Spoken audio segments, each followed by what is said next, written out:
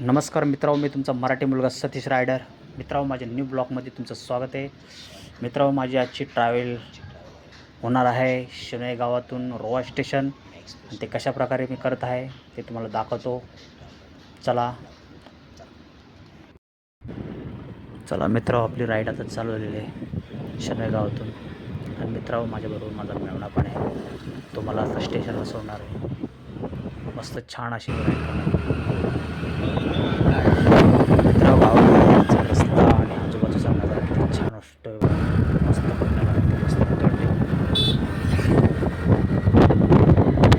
मित्रांनो, माझा मेवणाच गाडी चालवत आहे. बाईकची मस्त मजा घेत आहे. मित्रांनो, समोरचा डोंगर किती छान वाटते बघा.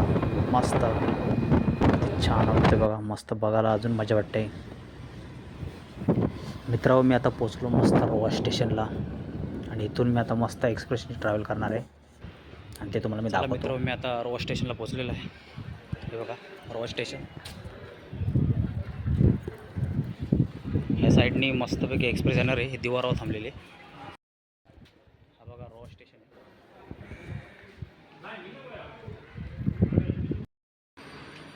मित्रांनो, रोहा स्टेशनला आलो आणि मोबाईलची बॅटरी पूर्ण ऑफच झाली. त्यामुळे पुढचे व्हिडिओ काय तुम्हाला दाखवायला काय भेटलंच नाही मला. त्यामुळे मी आत्ताच घरी पोचलेलो आहे.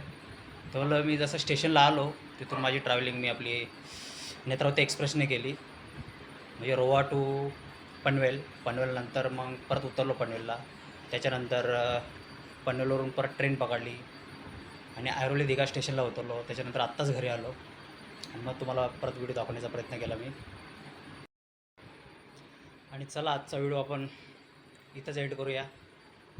व्हिडिओ काय पूर्ण झाला नाही आहे, जेवढा मला पाहिजे होता तेवढा. पण ठीक आहे, चला.